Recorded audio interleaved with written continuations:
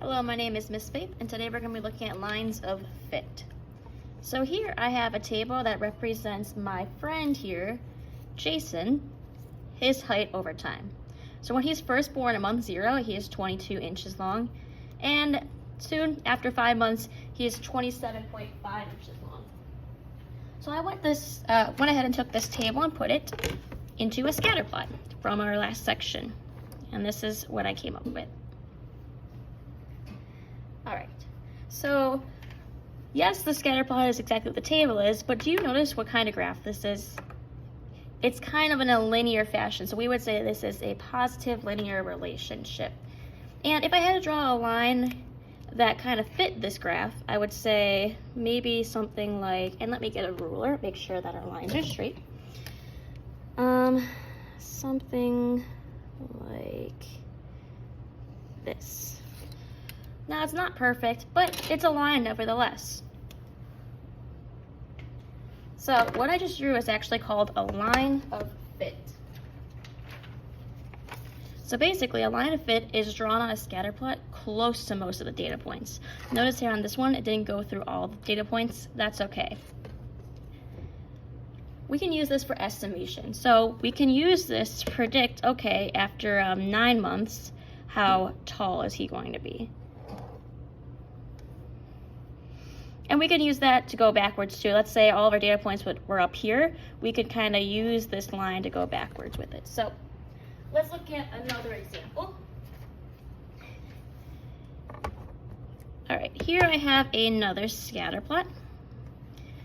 And let's go ahead and draw a line and make an equation for this line of best fit. So we have a negative linear relationship here. So I'm gonna go ahead and I'm gonna go ahead and pick 2 points that I think that these really go through. And I'm gonna say that's 5, 10, and sure, 6, 8. So I'm gonna draw a line and kind of have it go through those 2 points as best as I can with a expo marker. Okay, that's a pretty good line, but what is the equation for it? We know from previous units when we're writing equations for linear lines, we typically put them in the form y equals mx plus b, which is slope-intercept form. In this case, we have the graph, so we can make our equation. What is our b? What is our y-intercept? Where does it cross that up and down axis? 20. So y equals mx plus 20. And as a reminder, we can easily find out what that slope is by taking 2 points, and there's a couple ways you can do it. So let's say you're a big fan of doing tables. You can put those 2 points in the table, x and y. So I have the point 5, 10, and 6, 8. So to go from 10 to 8, I subtract 2, and to go from 5 to 6, I add 1. So since slope is the change, I'm going to abbreviate it in y, or the change in x. My change in y is -2, and my change in x is 1. Now you might prefer a different way, and that's okay.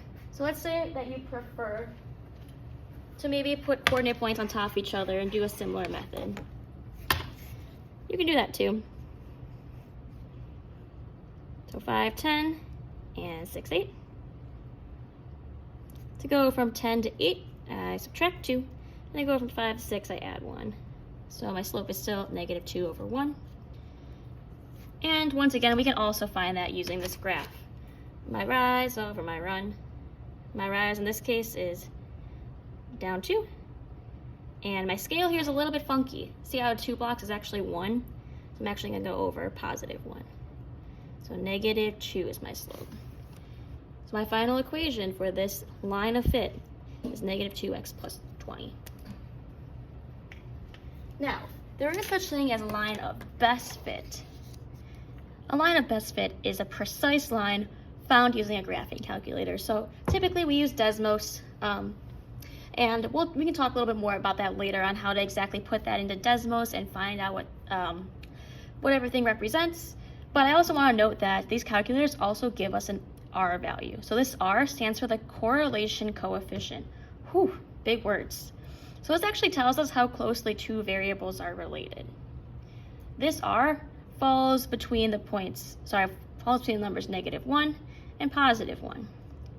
If something is very closely related, they're going to be dots really tight together and really in a straight pattern, or a straight line in some sort of pattern.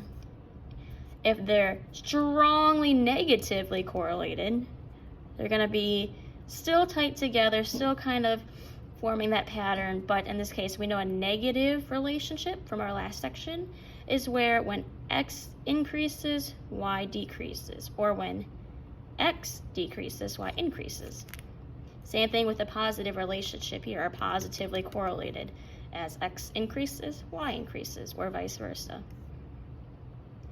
0 is what we talked about having no relationship. They're just random dots. They don't form a line, they don't form a curve, there's no pattern at all. And then you have some in-betweens. So you have some that maybe have an R, or a correlation coefficient of, let's say, 0.5. That means they're between the random dots all over the place and between having that straight line. So they're correlated positively, but not strongly. So let's call this strong, positive, strong, negative, and then no correlation.